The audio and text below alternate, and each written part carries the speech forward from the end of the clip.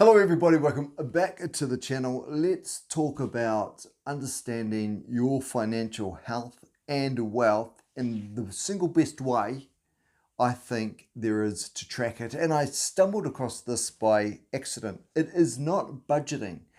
If you know about financial accounting, there's two main statements. There's profit and loss and a balance sheet.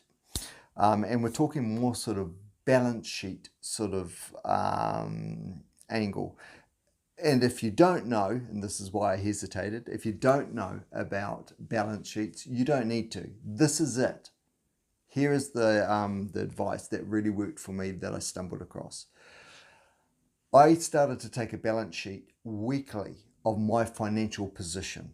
That meant listing all the assets I owned, those that were liquid meaning cash, and those where I owe money. So basically my assets and my liabilities, but outside of any fixed assets I have in terms of my car, house, or any investments. But let's talk about more in a moment about that. So, all right, let's go up a level. So every week I would write down what money I owned and what money I owed. Now, so if I had a house, I didn't write down the value of the house, but I did write down the size of the mortgage because the mortgage was money I owed. And that way, every week, two big things come out of this. Every week, I had an understanding of my financial health, a balance sheet, my financial position. And it meant I started to make better decisions that would contribute to my financial position because I was thinking about it at least weekly. So it means your decisions become a lot more deliberate. You're not in that sort of that fuzziness of not knowing quite where your money is, making decisions that might be a little bit not whimsical, but not wasteful, but you know, something like that. So not splurgy. I'll come up with the word in a second. Now, so if you wanted to take this up, and it's different from budgeting. Budgeting is where you write down how much you're going to spend on clothing, on entertainment, on your rent or your mortgage weekly, and trying to keep to that. And that's still cool too. But I didn't do budgeting. I just wrote down basically where I was financially. And I'll talk a bit more in just a moment about what sort of things I captured and what things I didn't. Now, with knowing where I am financially, if I started going backwards, which means more in debt, or my savings reduced, then I'd ask the question, why is that and what changes could I make? And a behavior that was driven out of that is every time the insurance came up for renewal, I'd check the market, see what's out there. Same thing with my cell phone plan or something like that. Because your providers don't usually knock on your door and go, hey, there's a cheaper cell phone plan with more data and just way more options to it. Because they don't alert you to that, they will happily keep you on an old plan where you're getting less but paying more for it. So yeah, those sorts of things you need to look at all the time. It wasn't unusual for me to be on a $40 plan, switch to a $30 plan and get more for it just by refreshing the plan. So yeah, systematically, I would update things yearly. I'd take a day out and go through it yearly. Now, that was all the positives that came out of this process, this weekly process of capturing where I was financially. So, and it would just be in a book like this. So how I stumbled across it by luck is there was a journal that someone had, and a journal meaning something like this. So a financial journal, you probably can't, or maybe you can see this, where basically you've got a thick column here for details, and then you've got two other columns. So this is a 2-column journal. So in one column, I wrote down all the assets, so everything where I was positive, and in the other column, I wrote down everything where I owed money, so money I've got, money I've owed, and then the net would be my financial status, where I was, well, financial health. And it wasn't too many lines. So to do it weekly only took me 15 minutes. So this is, and I handwrite it. I simply handwrite it, the balances. So don't automate this. This is a journal that I've had since 2022. I've been doing this since about, oh gosh, it would be about 2000, if not before, when I bought my first house, long time ago, right? And to give you an idea of each line, so one is cash in my daily bank account, then the other one is cash in my business account, credit card, anything I've got in saved in a term deposit or anything like that, which was never significant money because I put it all in the share market. And then by adding those together, then I had a cash on hand total. So I'd subtotal all of those, and that would be the cash I've got. So basically everything sitting in my various bank accounts that I could call on at any time. Then it would be other things like assets, invoices that I've sent out. I'd sort of account for those, so I'd sort of know that they were coming in from trusted customers. Depends on the size of your business. So with my business, it's with my customer to revenue ratio is quite big or small, depends which way you're going to divide it. Meaning, a large amount of my revenue comes from very few customers. I'm only sending out a couple of invoices a month because one customer will take care of a month's work for me, or maybe half a month. So 1 or 2 or 3 invoices. So for me, that wasn't a biggie to pencil them in.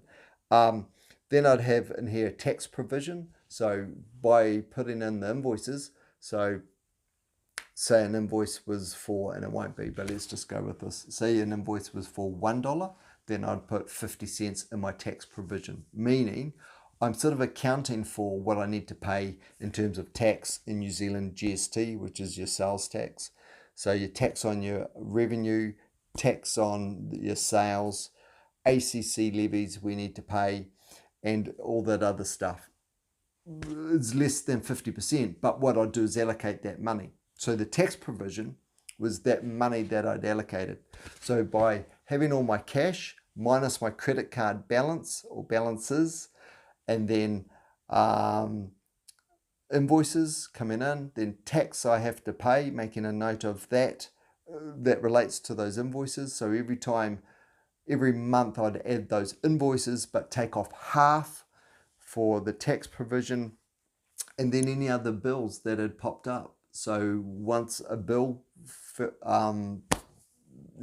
arrived, I say arrived, old style through the letterbox, new style through email, then I'd account for that bill when it had landed. So even if say it's the 15th of the month and I don't have to pay it till the 25th, because it's the 15th of the month and the bill has landed with me, then I'd account for it then. Until then, I didn't. So, and that's mainly your utilities like electricity, gas, internet connection, stuff like that, broadband, stuff like that. So when that bill arrives, rates, then I'd account for house insurance, then I'd write it up. So literally, we're only talking about 10 lines. All the cash minus your credit card gives you your net cash balance, invoices going out, tax provision, and then any other expenses that have since popped up, and then that gives you a net. Now, I didn't put in, fixed assets like my car or like my house, but my mortgage, when my mortgage was in, that went in. So my net financial position for a long time, of course, was negative, strongly negative, but that was the game I was playing. How do I get negative, say 100,000 down to negative 90,000, get $10,000 off the mortgage, then down to 80, then down to 70. And then I remember when it went from negative to positive. I made contributions all the time to investment, especially when the mortgage got down to, and I did a video on that a couple back, in terms of when do you stop paying off your mortgage and then start doing investments. And it's pretty much when you're right on top of your mortgage, when your mortgage is almost gone.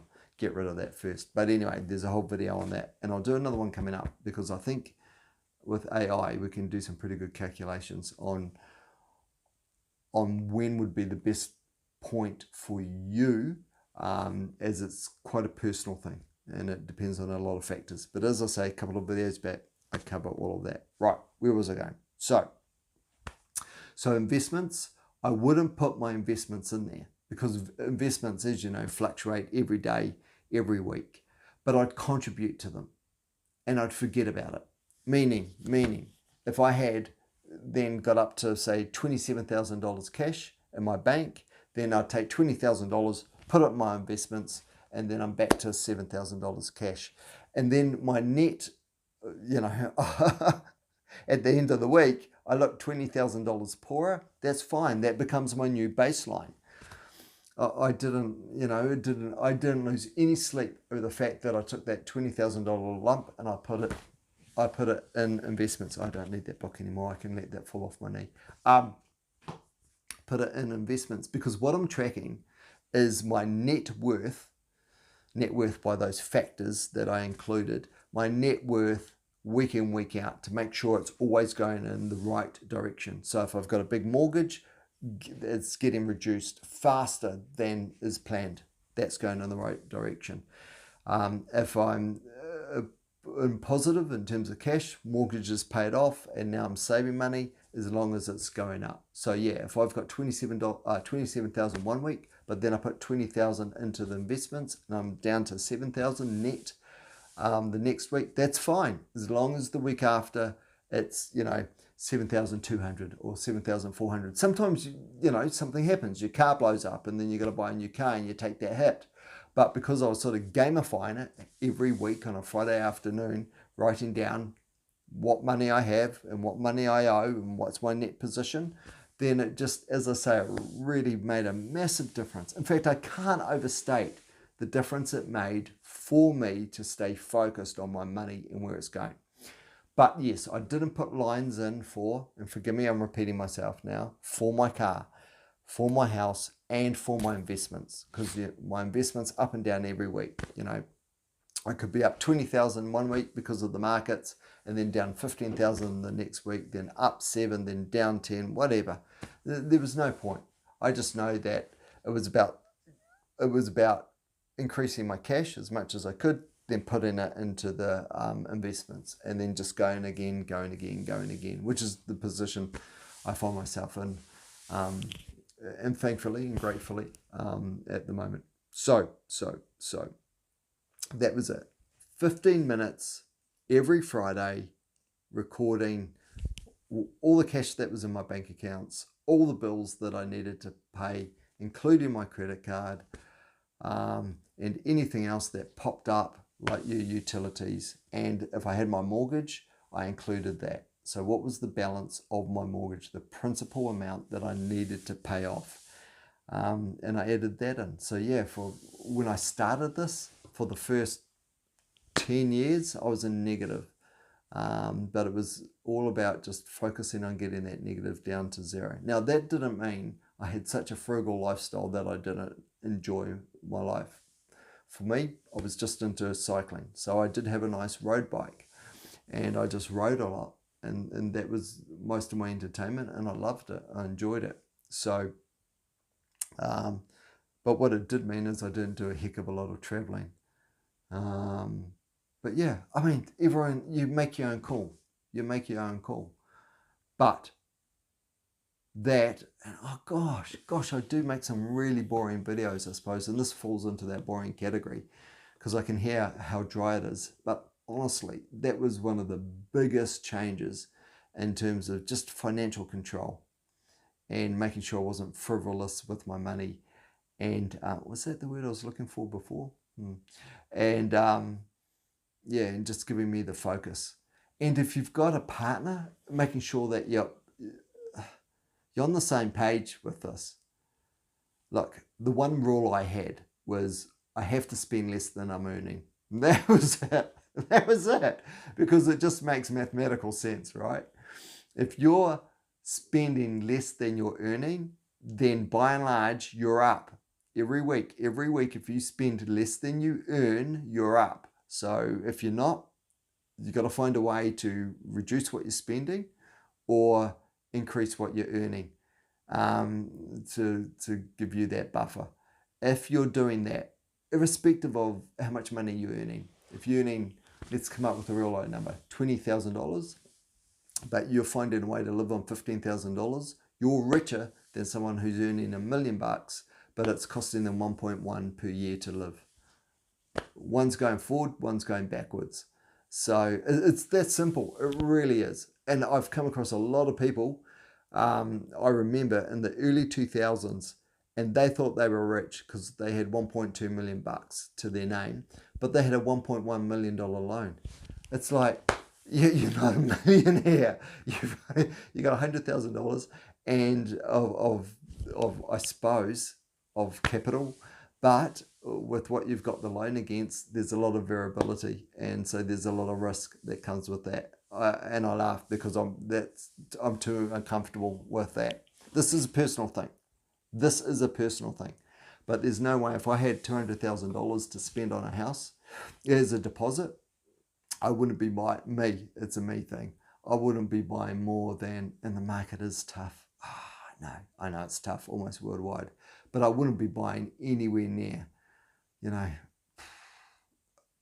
an $800,000 house is a big stretch, because that's a $600,000 loan, and that, by and large, interest rates and I mean, by and large, that's going to cost you more than $600,000 to service that loan. You can over double it, right? I wouldn't be surprised if you pay $1.4 million to pay off that $600,000 loan. So $600,000 plus, what did I say, 1.4 plus $800,000 in interest. It's probably there or thereabouts. I know interest rates and whether you pay fortnightly or monthly, or whether it's over 25 years or 15 years, and I mean, that all makes a difference, but yeah, roughly. And of course, any money you spend now will be the last money you pay off. So $10 you spend now will be the last $10 you pay off, because it's adding that $10 that you would have otherwise paid off your loan to the end of the loan. So that $10 you spend now, and I know this is a messed up way of thinking about it, that $10 is probably going to cost you $50 because it's the last $10 that gets paid off. So that $10, you'll be paying $50 on interest on that. So that $10 item you buy now is going to cost you $60. Now, I know that can be, and don't think that way if it just does your head in, but that way, thinking that way saved me a lot of money. It meant I didn't buy those, what was then in the early 2000s when I had a house, I wasn't buying those $1 novelty bars, chocolate bars, because I knew that that bar was probably going to cost me about $5. So again, it's not about making your life miserable, but just, I suppose, having purpose and making informed decisions. And for whatever reason, it worked out well for me. So what was the big stuff? Let me shut up. I've talked a long time, but if you do take this on, and you haven't already taken this on, so instead of budgeting, just looking at your net financial worth weekly, I know that it's going to put you in a great position. This video is going to get bugger all views. I know that. But if you've watched all the way to the end here, and you've dedicated the best part of 20 minutes to your time to this, I think, and you're not already doing it, it's going to hold you in good stead. If you are doing it, keep doing it. But like I said, with your partner, and going back, I've come all the way back around, haven't I? Making sure it's important and it's healthy, but you can't manipulate people. But if your partner's on the same page as you, being adherence to the rule that you need to be spending less than you're earning, so doing that even as a partnership, then you're going to be in a great position. Because if one person wants to spend less than they earn, and another person's okay to spend more than you're earning, then that can obviously be an issue.